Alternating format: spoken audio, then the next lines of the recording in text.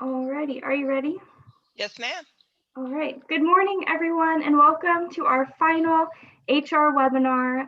Um, we're with Patrice Green again, who is an HR consultant. We're very, very thankful to CMTC for helping us sponsor this, and we are happy to continue all of our GMI webinars. So, any feedback that you as employers have, we'd love to hear it. Feel free to comment below. This will be on our YouTube channel.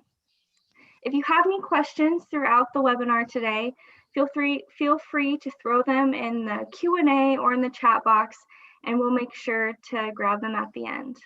With that, I'll leave it to Patrice to further introduce herself and share what she has for us today. Well, hello, everyone. My name is Patrice Green, and I am a human resources consultant. And today we're going to be talking about hiring and retention in manufacturing. We're going to be looking at current trends and post COVID 19, some post COVID 19 things that can be implemented. So it's important to understand that the pandemic hit manufacturing pretty hard. And one of the first shockwaves it stemmed from the government, categorization of what was determined to be essential and non-essential businesses. And some manufacturers were deemed to be essential, and some were deemed to be non-essential. Okay, others were deemed, the ones that were deemed essential, they were stretched to the limit because you had to automatically be able to change the work setting to ensure that it was safe for the employees to work in their work within, and there were some space constraints, and you had to come up with the space, the mandatory 6 foot apart spacing that needed to take place, which reduced the number of people that you can put in a particular room. There were all kinds of challenges that hit the employers that were deemed as essential businesses, and how they were going to execute and keep their employees safe. So manufacturing was hit pretty hard by COVID 19. So as a result, manufacturing, it's COVID 19 didn't create the hiring crisis. The hiring crisis within manufacturing was already there, especially with the age, uh, with people aging out and not enough skill transformation happening. But it is time for us to change our approach to how we are going to recruit and retain our staff. So essentially, we're between a rock and a hard place. In 2016, it was predicted that 10,000 baby boomers would retire each day over the next 19 years. And COVID 19 has kind of expedited that. During over the last year, many lives have been lost, and the skill gap has just gotten wider. And 80% of the businesses are struggling to bring in new talent through the door and up through the ranks. So manufacturing is really struggling at the moment to find that new talent. As things change, as automation changes, as more automation and robotization is incorporated, you need a higher skilled employee. And some of your skilled workers don't have that talent. And your millennials and your Gen Xers may have it, but they don't have the understanding maybe of the manufacturing environment that's needed to be able to make everything kind of function the way that it should. And we're currently faced with the aging workforce, as we've already discussed, the potential to retire before sharing key knowledge, and as I shared, the pandemic only widened that skill gap sooner. We have to make hiring a priority, and I say that because I know that we all feel like we make hiring a priority, but we really need to um, step back and really look at our hiring efforts. Um, do we know what our candidate profile looks like? Are we attracting the right candidate uh, to the organization that's going to be a good fit? Is personality more important, or is hard skills more important? Are you attracting a balance between the two when it comes to your candidate pool? Hiring efforts can often take a back seat to product marketing, productivity, making sure that, the product is out the door on time, making sure enough product is produced, making sure client demands are met. And sometimes, hiring kind of will take a back seat to those priorities because those priorities directly impact bottom line. Hiring impacts the bottom line as well because it puts the people in place to ensure that you can meet your customer demand. But it's not always your first priority. Time, energy, and resources are put towards the design and branding of products, while the branding of jobs and culture is a second thought. Nobody wants to work for a company that doesn't look put together. And that has to go with your employer brand. We have to kind of start to think about how does the community view our organization as a employer of choice?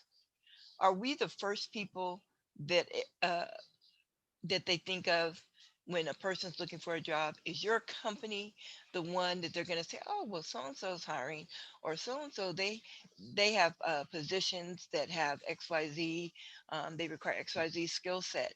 Have you started to work with your community colleges to bridge the gap and work with community colleges to use them as a recruitment arm as well as a training arm to bring in new staff? Have you done your community outreach to reach out to different organizations, different tools and resources that will allow you to attract that right candidate?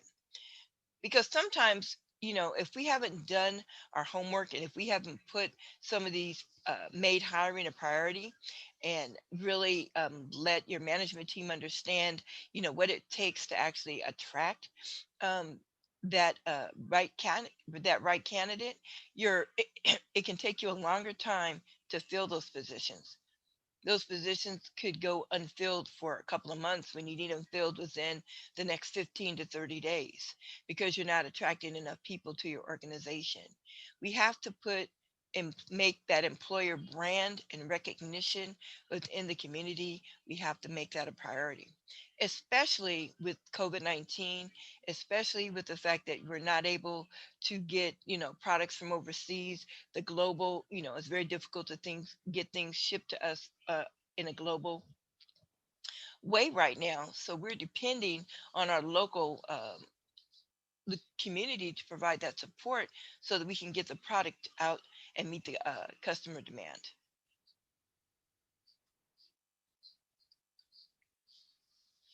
We have to make safety the priority when it comes to hiring. This is one of the post COVID-19 requirements. As you know, we are currently in the middle of vaccinations. Our country is getting vaccinated heavily. Will you require, and this is something that every employer, manufacturer has to think about, every employer, are you going to require vaccinations in order for an employee to work for you? And if so, if you require it, then you may have to add that into your budget as a part of your pre-employment process, because if you require it, then you have to, you should be paying for it. So you have to kind of start to think about the safety of your employees. You want to create that balance, and then you want to say to yourself, is having that vaccination going to be a requirement in order for someone to work for you? Because employee safety, or will they just need to provide a negative COVID test? Um, what is going to be that safety um, need that your organization is going to be able to require of any new hire that comes in? Require as your people come back to work and as you begin to open up your businesses again, what is that requirement going to be? The people that are returning to work, are they going to have vaccinations? Are they going to have a negative COVID test? What is it that you're going to require to ensure the safety of your workforce? Given the risk, however, recruits will still search for the right fit solution. Candidates want to know that this job will be there for them after the pandemic has ceased, and is there going to be room to grow? That's very important for today's talent pool. Today's talent pool is becoming fewer and fewer baby boomers who are dedicated regardless. They're dedicated to their employer. They'll do, that's just their mindset. But and millennials and Gen Xers and Gen 2020ers are more committed to themselves. And so they want to know what's in it for them. Is there room for growth within this organization? And is it visible? When I'm looking for a job, can I see where I can go When I go to your employment page, can I see where the opportunities for growth would be within your organization? Marketing, letting people know what's available within your organization, evaluating how good that information is getting out to the public, evaluating how that information is attracting the talent pool that you need to your organization. Industry leaders have made it their priority to raise wages and compensation during this difficult time. All companies can't raise compensation during this difficult time, but there are other creative things that you can do during this creative time. I mean, during this difficult time, so that your employees understand that their safety is important to you and that there is potential for growth, and that as this pandemic begins to wind down, that there will still be opportunities for them within your organization. Otherwise, you could have, I hate to use the term mass exodus, but you could have people leaving quicker than you can have people um, coming to want to work for your organization. And retention, hiring and retention has to become a priority, and making sure that people are onboarded correctly and making sure the onboarding process is a smooth transition will be critical to retention. And you want to make sure that you highlight and don't hide safety precautions. Now, what I mean by that is you want to make sure that everybody knows that it's a safety first organization, that you are a safety first organization, and that when a new candidate walks in and is interested in working with your organization, they're coming with the understanding that your place is a safe place to work, and that you care enough about your employees that you have implemented the appropriate safety precautions to ensure their safety. That becomes a critical part of the hiring process these days. You also want to look at hiring from a marketing perspective. We realize that we have a talent shortage. So if you're in marketing, chances are your company's experienced a talent shortage. And as service industries continue to boom, there are fewer workers to fill manufacturing positions. And that has a lot to do with how people view manufacturing. Changing the mindset of manufacturing and how people look at it, and the opportunities within manufacturing, and helping them to understand how automation and robotization requires a more skilled workforce, and that you're looking for a more skilled employee is important. It's important. And so working with your local community resources, like your colleges, getting people going to the local high schools and talking about manufacturing, and letting this generation know what manufacturing is all about, so that you can generate interest in manufacturing, so that you can have talented, skilled, younger, the millennials and the Gen Xers want to come to work for you. That has to do with your employer brand. You'll hear me go back to that several times today, because that employer brand within the community is going to be critical to your hiring and retention. If you are an employer that takes care of your employees, if you are an employer that ensures a safety first mentality for your team, and everybody understands that their safety is your priority, if there are growth opportunities, even through the pandemic, do they understand that there are opportunities for growth? That once the pandemic has subsided, that there will be continued opportunities for growth?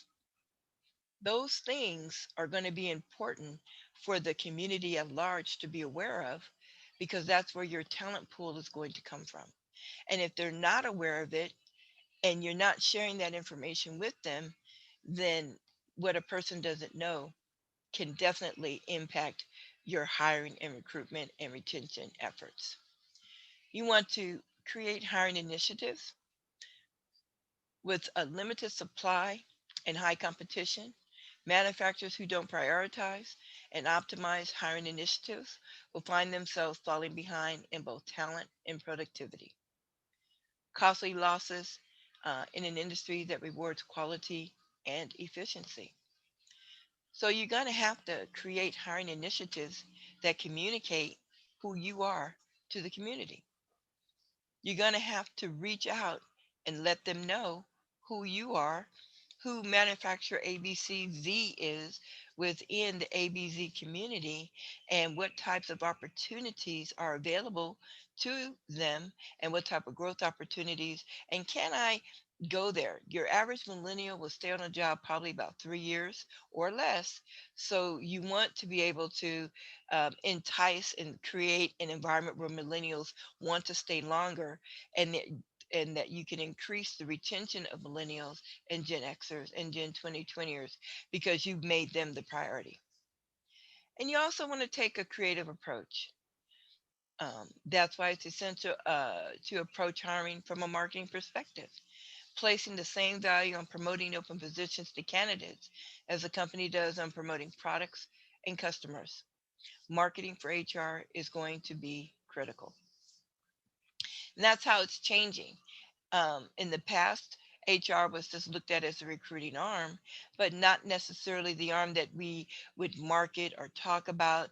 It was standard, it's standard policy. If you're looking for a job, you go to the HR department.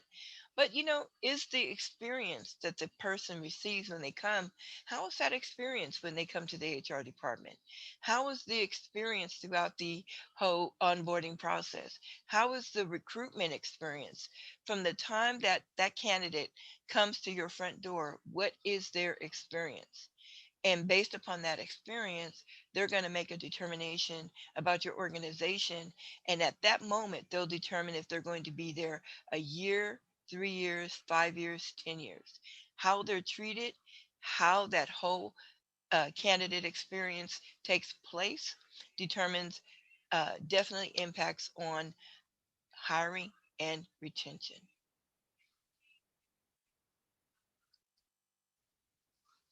Manufacturing up, recruiting business down.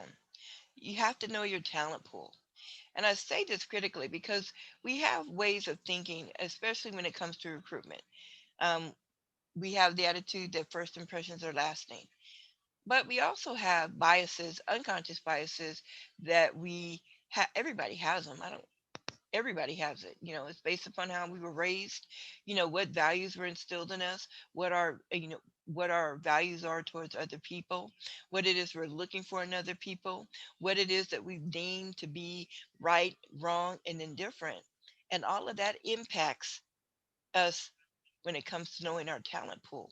Because our talent pool may not necessarily meet the expectations that we've already put into our mind, because they're going to be different.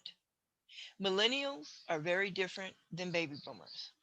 Baby boomers are very different than millennials.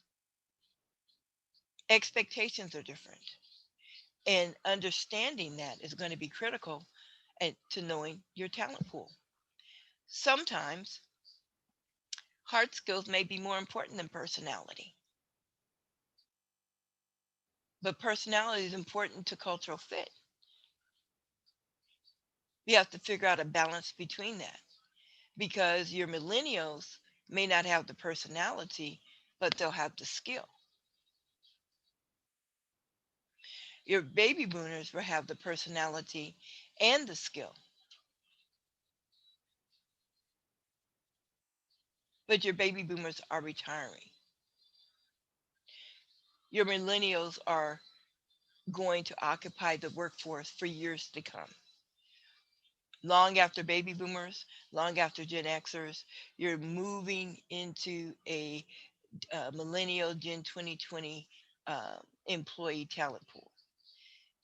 And if you continue with old school ways of thinking, it's going to be difficult for you to recruit and retain good employees. Workers want to know that their efforts will be rewarded with more than just a paycheck. It's not just a paycheck anymore. Whereas maybe your baby boomers, they worked hard. Their priorities are different. Baby boomers had the focus of, I need to be able to take care of my family. And so the compensation was important to them.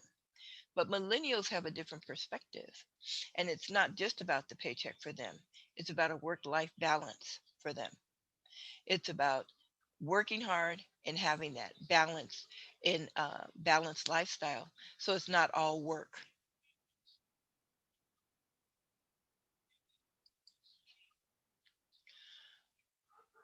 We have multiple generations in the workforce. As the traditionalists die off, as the baby boomers continue to retire, your Gen Xers are becoming more and more. Your millennials are becoming more and more, and your Gen 2020ers are becoming more and more. So if we look at changing jobs on this particular slide, if we look at changing jobs, traditionalists, they stayed for life. They came out of high school, they went to work for a company, and they worked for that company until they retired. Your baby boomers, they're loyal to their employer. They connect to the values of the organization. They understand the values, and whatever the values of the organization are, they lock into that and they make those their values as well. Hmm. But as we move over to Gen Xers look at changing jobs if necessary for compensation. So money is a driver for the Gen Xer.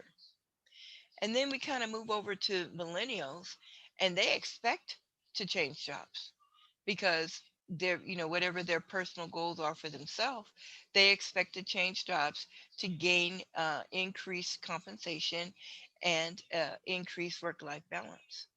And then your Gen 2020ers look at changing jobs as a certainty, whereas your traditionalists looked at career pathing as something that was steady. It didn't move particularly quick, but it was a steady, you learned and then you stepped up, you learned and then you stepped up. Whereas boomers, they look for upward mobility. Well, your Gen Xers, they want to know up front more about the options available to them. And your millennials, they'll switch frequently and fast. They won't stay long. So you have to attract their attention, then you have to keep their attention. And if you don't keep their attention, they're going to move on to the next company. And your Gen 2020ers are career multitaskers. Some of them work more than one job, but they are career multitaskers and they will move from job to job. So understanding the talent pool will help a manufacturer to attract the right talent pool, reduce turnover, and improve retention.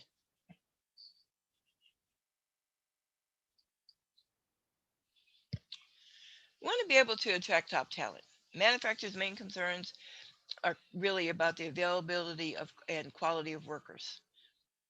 How many quality workers out there are available to me? How do I attract them? How do I attract those quality workers to want to come and work for me? Okay, there's a vast new pools of job candidates across the country, but their priorities, and do you understand what it is to turn, what are their key points? What is it that they're looking for in a job? What are they looking for in a company that they go to work for? Do you have an understanding of that? Manufacturers are worried about labor related challenges that predated the pandemic. We were already, as a manufacturer, we already knew that the skill gap was growing and growing. We were already aware of the fact that there was going to be a skill gap. We knew that before the pandemic. Were we preparing? Now the pandemic hit, it hit us cold, and we've had to implement some things so that we can so that we can keep our companies functioning. But are we implementing things over the long term? Are we implementing strategies to attract top talent over the long term? So while holding tight to your best people, some manufacturers express frustration about the aging workforce that may have grown because they become comfortable. So they don't necessarily share information, but they're comfortable in their job. So they don't have a desire. They don't have that drive maybe that they used to have. And that's a concern for many employers. But you have that aging workforce and you have to figure out how to get that skill gap transferred over to the incoming workforce so that it's business as usual with minimum impact to your organization. And many feel that too many workers aren't eager to embrace new requirements. With the increase in automation and the increase of robotization, a lot of your baby boomers, they're not necessarily into the technology, but a lot of your millennials and Gen 2020ers and Gen Xers, they are into the technology. They are into the new and rising technology when it comes to automation and robotization. And those are the people that you want to attract so that as you as an organization expand more into automation, you're able to attract workers to run that automation. So it has to be a priority. You have to be able to attract the right talent. So the widening generational diversity at the workplace can result in team synergy challenges in a fractured working environment. Too often, we hear about it, but the boomers, they think the millennials don't take their jobs seriously, and they have their own preconceived ideas about millennials. Millennials have their own preconceived ideas about baby boomers. How do we get these generations, these five generations that are currently in our workforce, how do we get them to come together and work as a cohesive team? How do we create multi-generational work teams so that productivity remains high? We can continue to meet customer demands. How do we create that synergy within the organization that will um, ensure productivity and output? There are three practices organizations can adopt to engage and develop a generational diverse talent. And at the center of these practices is trust and relationships. Can your employees trust you as the employer? And can you, as the employer, trust your employees? If the employees feel that they can't be trusted, then you're going to have employee relation issues when it comes to productivity, when it comes to being able to meet customer demand. If your employees do not feel that they can trust you as an employer, if you as an employer cannot trust your employees, it's the same result. Productivity is impacted. Public image can be impacted. Unable to meet customer demands can be, your ability to meet customer demands can be impacted. With wider generational gaps at the workplace, there are stark differences in values and communication styles. People don't communicate the same. They communicate differently. And this younger generation that the millennials that are coming in and some of the Gen Xers and the Gen 2020ers, their communication styles are vastly different. Your Gen Xers are closer to the baby boomers and the traditionalists than so maybe the millennials and the Gen 2020ers. But this talent pool that we're looking at, it's a what's in it for me type of mentality. So as an employer, if you don't have, and it doesn't mean that you have to go spend tons and tons of money. So please don't misinterpret what I'm saying. What I'm saying is you have to become creative and you have to create an environment that is appealing to the talent pool that you're seeking. And you have to come up with creative ways that are cost efficient to be able to entice them and to keep them. If they come into your work environment and they become bored, they're going to leave. If there's no upward mobility for them, once they peak, they're going to leave. So, strategically, when do they peak? Does it take 1 year to peak? Does it take 2 years to peak? Does it take 3 years to peak? And do you plan for a turnover, a 3 year turnover overall um, for your workforce? What are you planning for? What are your expectations? What is your understanding of the talent pool and what their expectations are? With wider generation gaps in the workplace, stark differences in values, communication styles, and work habits of each generation are becoming increasingly pronounced. And in the business, that came from the Business News Weekly in an article that they wrote about the multi-generational workforce challenges. How do we bring these generations together to hire them, create that multi-generational workforce so that the skill to close the skill gap, to transition skills over so that as people retire, the impact to the organization is minimal? How do we do that?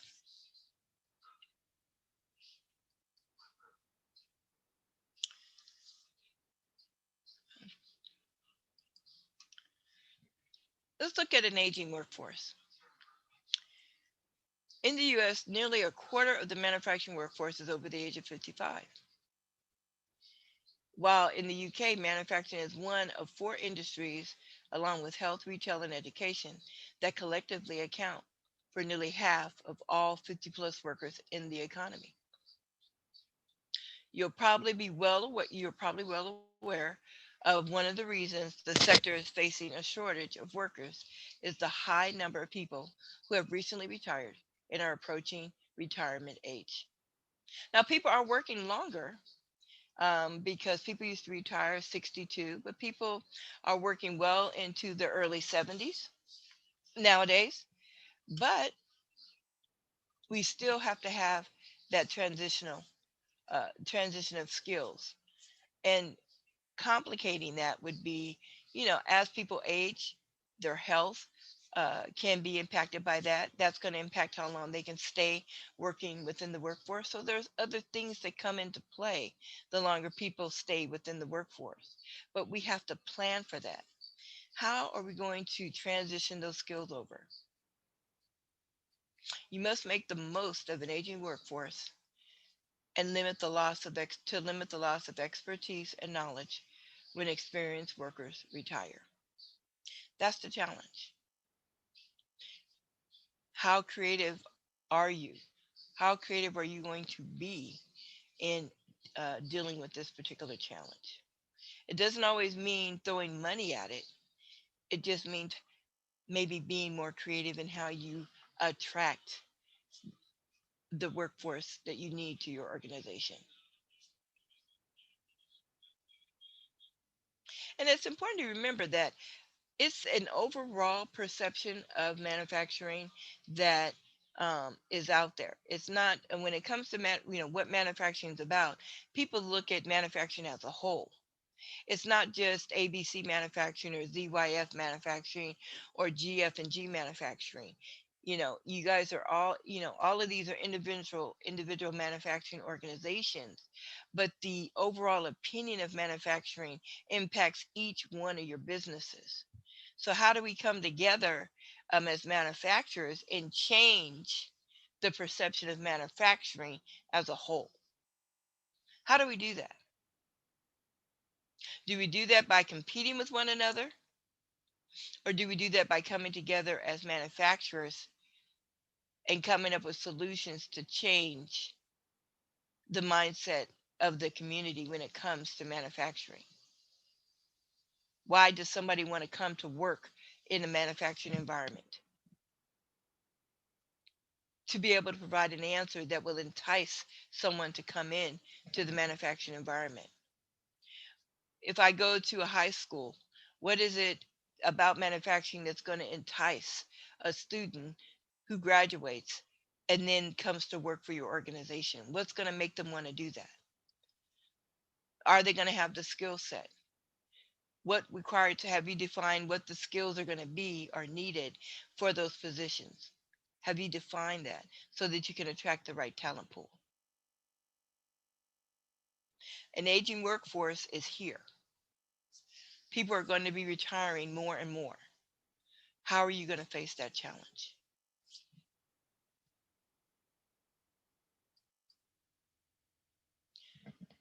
So, some four hiring trends to consider: expansion of the local market, upskilling and reskilling, digitization and technology, and buying behaviors.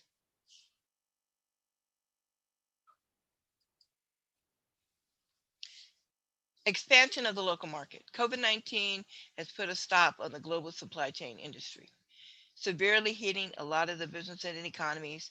As everybody was hit by it. COVID-19 has made it clear that self-reliance is the only resort when the pandemic is global. For instance, after bearing the brunt of depending upon global manufacturers for PPE and other medical equipment, many hospitals have approached local vendors for support. Many hospitals have the local market immediately came to the rescue. It gave quick access to the right tools and kits and immediately mitigated the possibility of any potential casualties. So as we expanded out and we moved some things overseas, or we began to get some of our supplies for overseas, when COVID-19 hit, we were unable to obtain those supplies from overseas. But your local community came together, and you were able to pull on local resources to get those things so that you can continue to work, continue to keep your businesses open. So countries will now proactively push local vendors. So the trend is coming back to the local vendors to take charge and to open new manufacturing facilities. This will result in a volume of new hiring opportunities from laborers to mid-level employees and individual business owners to SMEs. Consequently, a wide range of business opportunities will start to surface, leading to a sudden ramping up of hiring and other opportunities. So as things began to focus back on the local market to find the tools and resources to ensure that our businesses can stay open, because we can't get the information from overseas. I mean, we can't get the product from overseas. So it's important that we look at our local market to find those resources that are available to us. And in doing so, excuse me, in doing so, it's going to cause a hiring trend within the local market. You're going to need more people locally. Rapid digitization and technology. Demand for tech talent and manufacturing will expedite. Companies will start to seek tech architects, data scientists to help transition their data to the cloud. And automation will be on the rise. It is on the rise. Therefore, skilled workers with a tech aptitude and agility will be preferred, who can adapt to the working environment led by digital strategies. So you're going to need a more highly skilled employee. You're going to need to be able to attract that highly skilled employee. But if they don't see those opportunities within manufacturing, because the perception is not clear, or there's a misperception of what manufacturing is about, it becomes difficult to find that talent.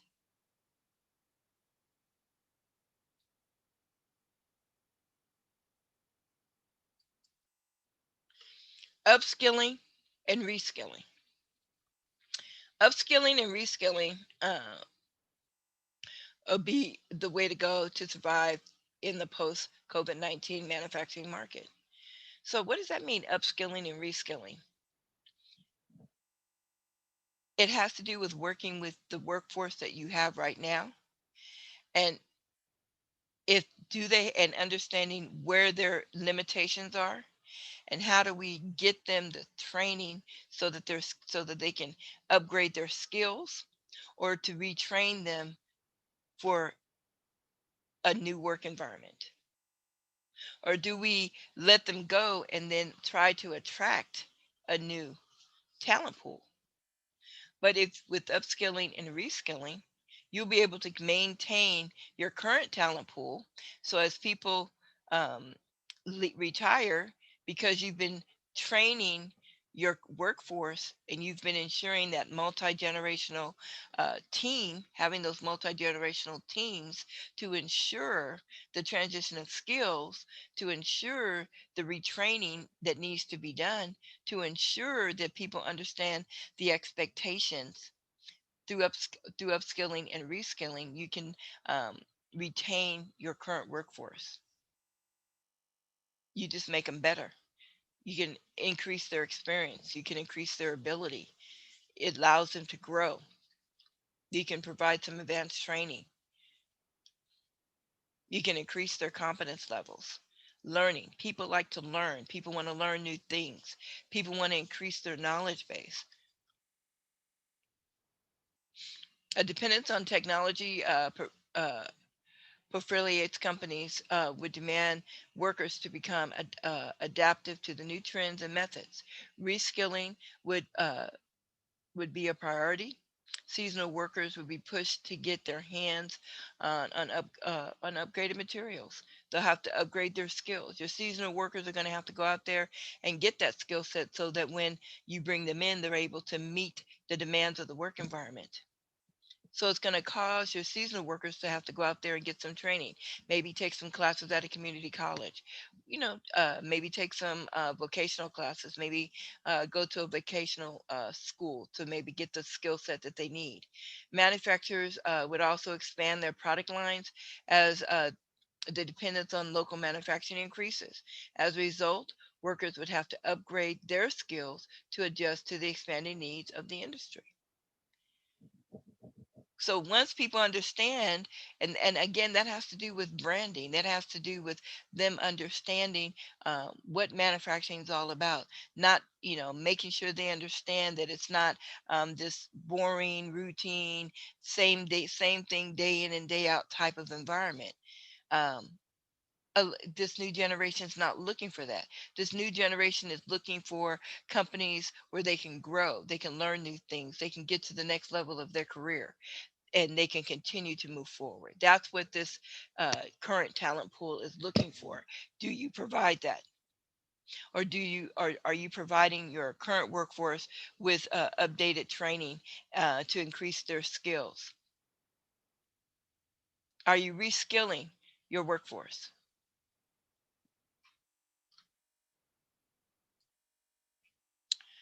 We want to look at consumer buying behaviors. COVID-19 has fueled a series of changes in the consumer pattern.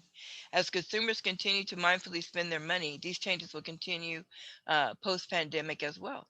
As consumers become aware, the manufacturing industry will be compelled to hire research analysts and quality supervisors to ensure quality resources are out there in the market so they understand the buying trends of the consumer.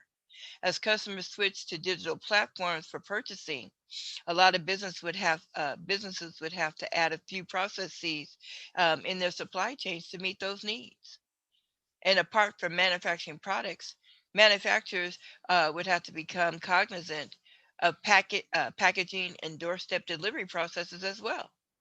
This will increase the demand for on-the-ground workers like packaging and uh, delivery services, hence increased hiring. Look at Amazon. They have these huge manufacturing facilities, but they've met this packaging and delivery because now Amazon actually delivers your product to you, and they come in an Amazon truck. So they've hired drivers and delivery drivers. They've hired a number of them to make sure that the product gets to the customer in a timely way.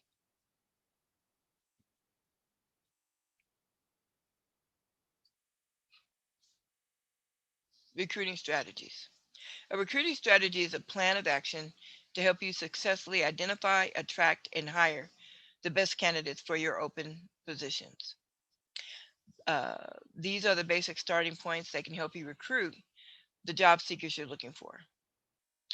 They range from basic methods like posting on job boards to more advanced strategies as leveraging online recruiting tools and using traditional recruiting agencies or leveraging an employee referral program.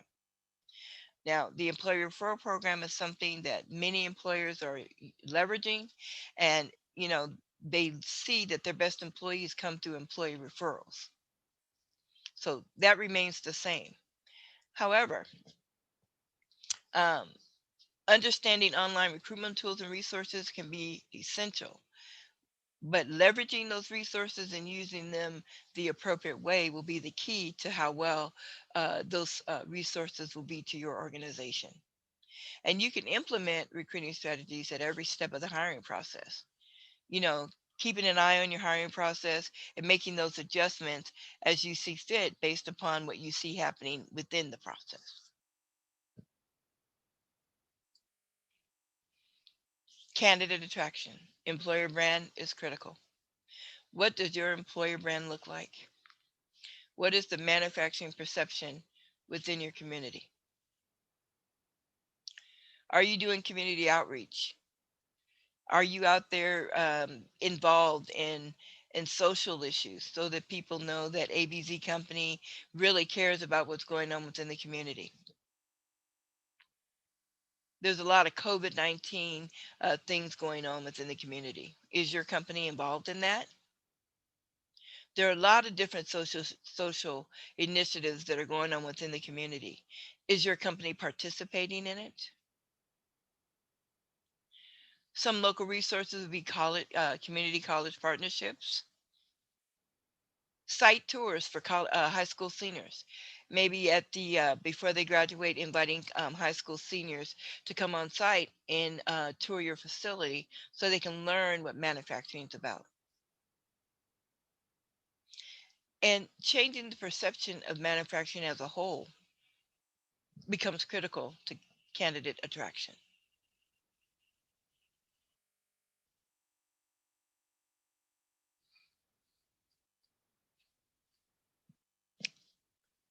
You want to treat a candidate like a customer. And you go, wow, this is really important. Whether it's a phone screen or an in person interview, a candidate's first impression of your company is critical. Just like your first impression of that candidate is critical, their first impression of your organization is critical. It's important to make them feel like you're just as excited about them getting about your ability to get to know them as they are about being considered for the role. And one of the best recruiting techniques is to treat interviewees the same way you treat customers. And that's really important because I can tell you, I've seen, over the years, I've seen a lot of uh, when people come into the reception area. And sometimes there may be a lot of things going on within the reception area, but that's an impression to that candidate's first impression, what they see. Maybe you do a tour. Maybe you're taking a candidate, they've come in for an interview, and now you're taking them on a tour of the facility, and they see some things, maybe that maybe aren't going as well, that maybe aren't going as smooth. That's an impression on that candidate as far as what they can expect on the job. You want to be respectful of their time, whether it's a phone call, a video conference, or an in person meeting. Always be sure to show up on time. Just like when a candidate comes in for an interview, and if they're late, uh, it's a eye opener. It's like a little bit of concern for us based on the situation. It's the same way with a candidate. If you make a candidate, if you schedule their time to come in for an interview for 10 o'clock and they have to wait until 10:30, that does not leave a good impression in that candidate's eye about your organization. You want to be hospitable. When a candidate arrives on site, ask if they like something to drink and show them where to find the restrooms and make them feel welcome and comfortable. They're already nervous because coming to an interview. And all of this does is this candidate experience helps them to understand and see that we as an employer really care about you, and we want to make sure that you're comfortable. That changes the whole tone. That helps the the potential employee calm down. It helps them to kind of ease into it a little bit easier. Or when they come to your place, is there confusion? Is it, really fast paced and it's really visible and things seem to be disorganized? And that leaves an impression as well. You want to make yourself available. You want to provide potential candidates with your contact information so they're able to reach out with questions and concerns about the hiring process.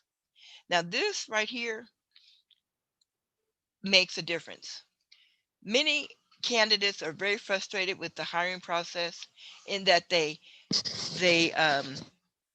they put their application in or they put their resume in a database and then they never hear from anybody. So, a lot of the systems don't have automated um, responses to go out to candidates when they receive an application. So they don't ever hear from the company.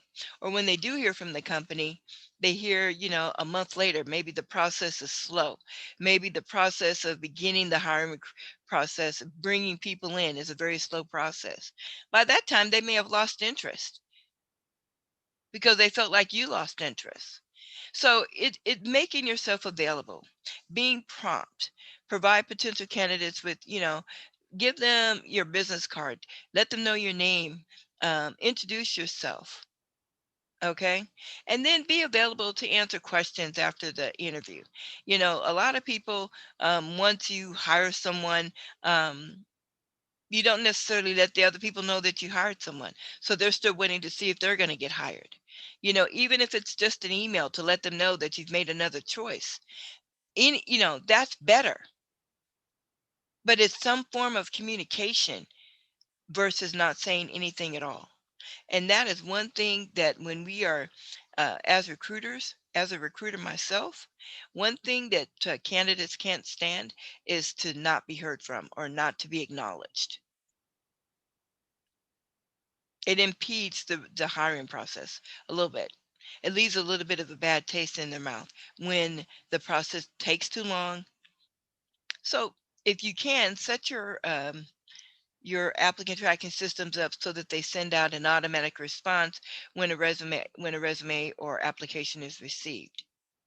And then be sure to send out those notifications when you make a hiring decision, um, so that they know that the position is now closed and they're not waiting uh, to get an offer. That can be very frustrating for a candidate, and it leaves a bad taste in their mouth about your organization.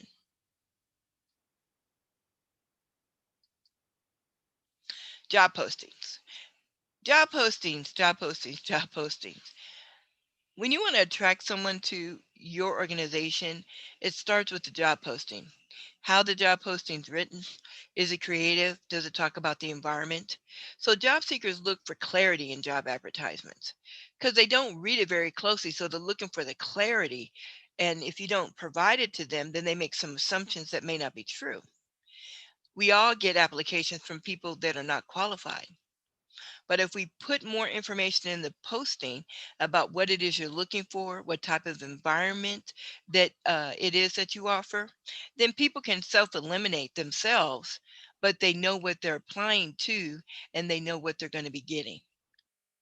There are many ways to craft a job posting that'll stand out. State your company's culture, mentioning how employees have a life-work balance in your company and the perks that they would be entitled to. Maybe put up a short video or a link on your website that talks about the benefits of working for ZHJ organization. There are ways to do it, but what generally happens is we just kind of copy and paste and put that job description in the job posting. And sometimes the language in the job description, it can be very intimidating. And then people can feel like, oh, I can't apply for that job, and they don't apply for the job. And they may be very well be qualified for the job. So being creative in your job postings, putting the right information in there, um, and not just copy and pasting the job description, is very critical to being able to attract that top talent. Social media. Social media has just taken off. And social media is a fantastic recruiting tool. Social recruiting allows you to share job postings with your entire network. It encourages two-way conversations. LinkedIn, excellent social media site to identify and communicate with people um, within your genre. And you could find people you could look at the articles that they've written, you could look at the responses that they provided, and you could tell whether or not this person has the skills and background or has the expertise that you're looking for. LinkedIn is probably the leading social media provider that can do this because it highlights your skill set. It highlights anything that you want highlighted versus some other sites that are very limited. And even if people you reach aren't interested in the role you're hiring for, it's likely they may know someone who is a good fit. That's happened to me several times. I've contacted someone and it wasn't a good fit for them, but they knew someone that might be interested. By sharing photos and videos from company events, um, your work on company events, what goes on within your workplace, that goes, what are the day-to-day office activities, what's the day-to-day office life, that goes right in line with your employer brand. You give potential applicants a glimpse into your company's culture.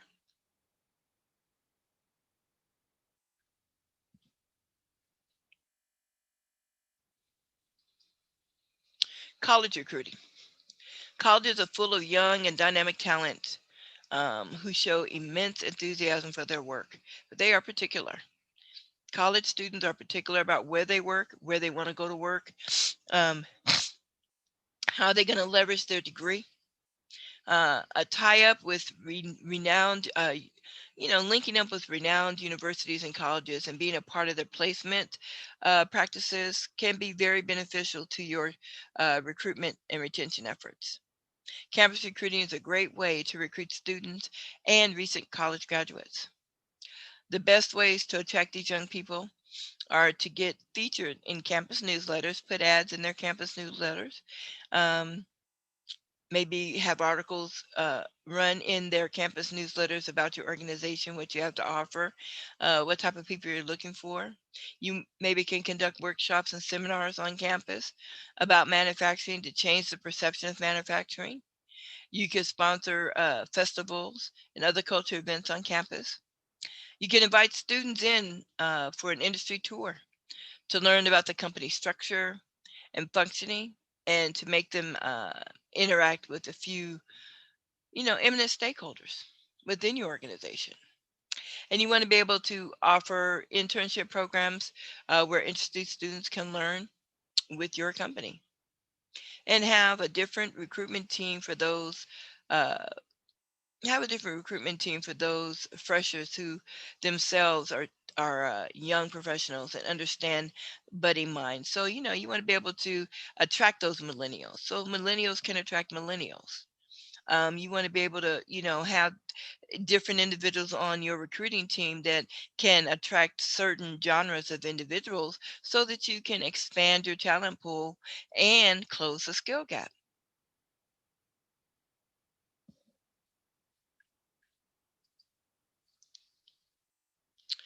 There are 5 ways to improve retention in manufacturing.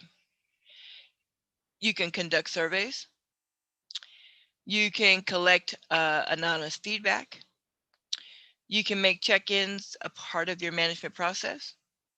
You can conduct a careful assessment of the way managers lead, and you can have open conversations with managers and other workers on, to find out what's going on within your organization. I'll give an example. I was working with a manufacturer, and he's located in Southern California. And it was the first time I'd ever saw this, and I had been recruiting for so many years. And every day, this owner went out and said he knows a small manufacturing environment. And because of that, it allowed him to go out every morning and speak to every one of his employees. And he had about 15 or 20. And he would go every morning, he would say good morning. He'd ask them how their day was, and he would solicit feedback on things. Imagine how much information he was able to learn from his employees in that short 5-minute conversation. But he started every one of his days with a good morning to each of his employees, and he went to each and every one individually and offered them a great day and talked to them, asked them how they were doing, and he inquired. Now that doesn't happen a lot, but when an employer is able to do that, that sends a great message to your team. It sends a message to the community, because good news travels fast and bad news travels faster.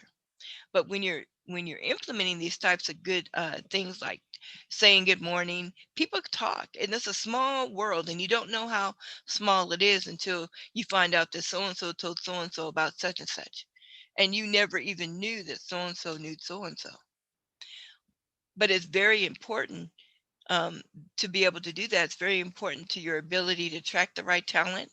It encourages employee referrals. It creates retention. People will stay longer because they know their employer cares about them. Um, you can do employee surveys, through SurveyMonkey. You can send out a survey that they can respond to anonymously, where they can, feel like they can be more honest. And then you could ask them questions about the work environment, and they can share their concerns.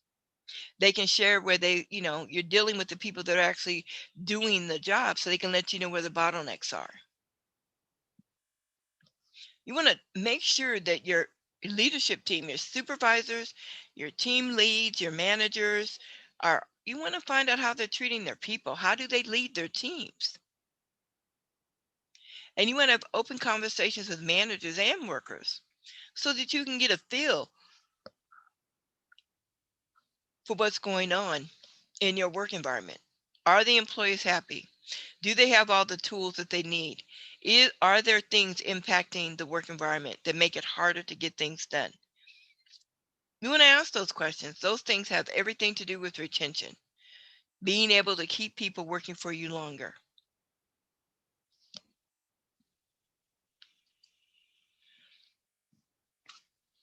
Consider training.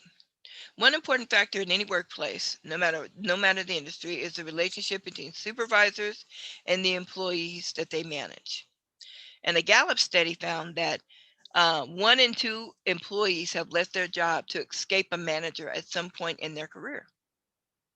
To escape a manager. Sometimes when we promote people because they're doing a great job, they're hardworking, and they've earned that promotion. But what happens is they'll get promoted, but they don't necessarily get the training they need to be able to properly manage their teams. And sometimes when you promote people into a supervisory role, they need a little bit of management training so that they understand how to lead their teams, how to achieve high productivity, how to do it without lowering morale, how to do it without making a person feel as if their work is inconsequential. In manufacturing, managers are often promoted because of good performance on the production floor. Their new role, supervising employees, requires an entirely different skill set than what they were doing previously. So we have to make sure that we provide them with the training to be able to do their jobs.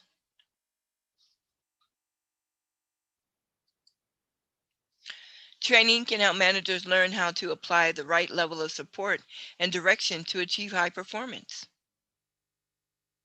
Employees in manufacturing are less likely to quit if they have a supervisor that's empowering, according to a study from the South African Journal of Industrial Psychology. Emp- Empowering leaders to share information and ask for feedback, to delegate, and to encourage accountability to increase employee engagement. Accountability is important. And you want to build a coaching culture through proper training and mentoring. You want your supervisors to be able to coach and mentor their teams, but your supervisors need to be coached and mentored as well.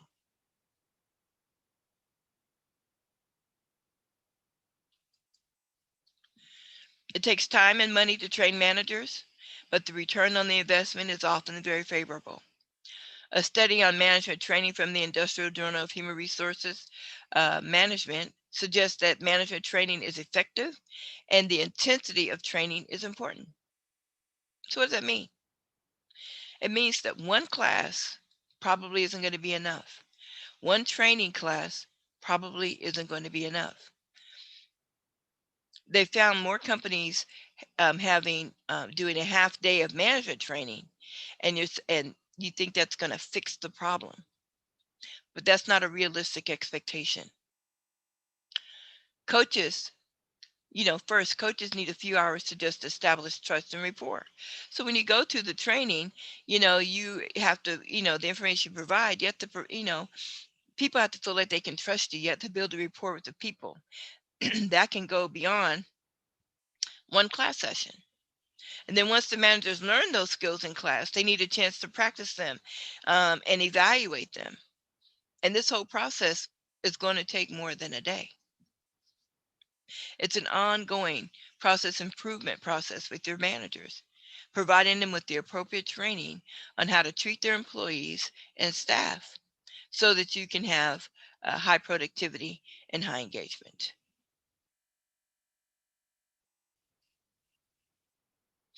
How you treat them is how you keep them. How new hires are treated the first day set the tone for the employment relationship. A smooth onboarding process ensures high productivity and high employee engagement and retention. The onboarding process, if not managed, can become a nightmare and can result in reduced productivity and high turnover.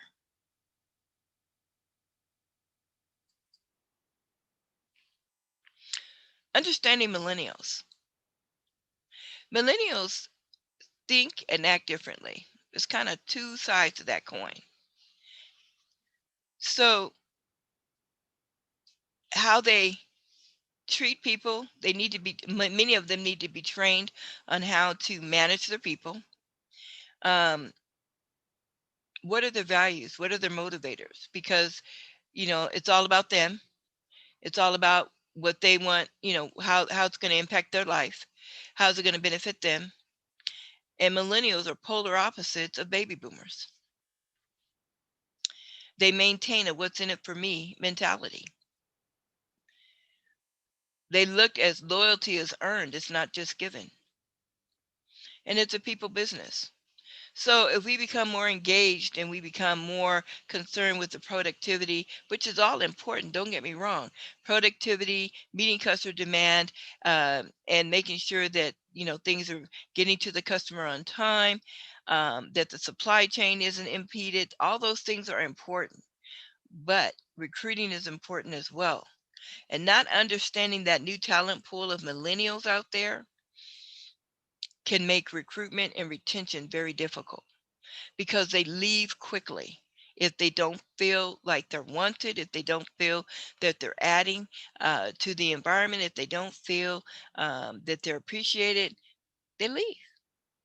Whereas with baby boomers, those things may have affected them as well, but they didn't leave. They were loyal. So start thinking about this new generation that's out there and how well you understand it, because that's going to impact your ability to recruit and bring in top talent and then keep that top talent.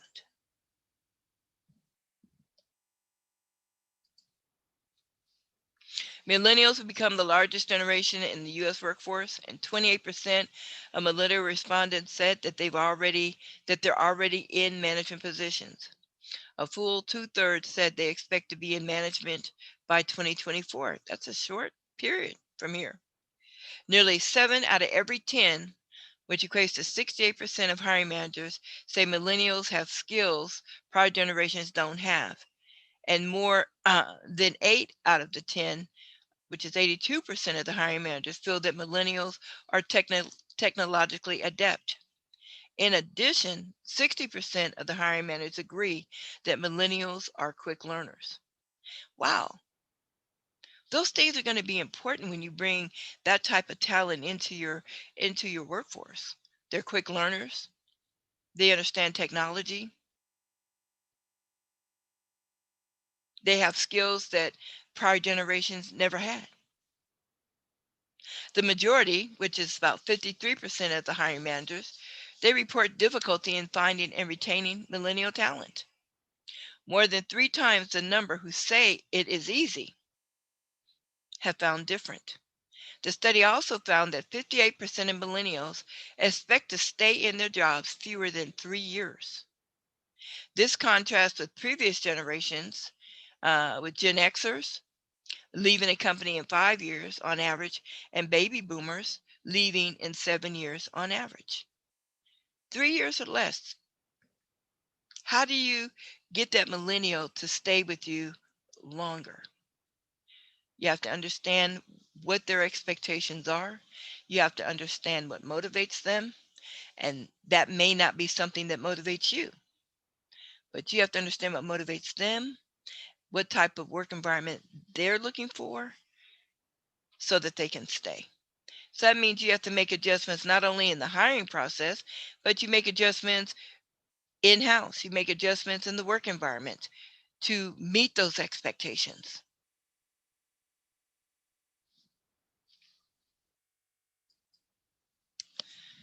And successful hiring and retention um, requires balancing work and quality of life. It's important to today's workforce. Employee perks. What type of employee perks do you offer, if any? Uh, know how your employees feel. Leverage feedback to know when the work environment is not meeting employee expectations. Safety first. Vaccinations. A safe work environment is critical. And know your talent pool to attract the right talent and increase retention. And does anybody have any questions? That completes the presentation. Does anybody have any questions? Give it a couple seconds. I'll keep my eye on the chat and the Q&A. Thank you so much, Patrice. I wish we had more. I'm sad that this is our last one. Just let me know. We can do more. Perfect. What I'll go ahead and do is I'll get back with our manufacturers and we'll do a little survey on some other topics that we can get into. Okay. I know that everyone's getting a lot of value, so it's great. You're welcome, James. All right, I'm not seeing any questions. As always, if you have anything specific that you think of when we go, feel free to email me. Thank you so much, Patrice. I hope you have a wonderful Friday, and we'll see you all again soon. Thank you, everyone. Have a great day. Bye.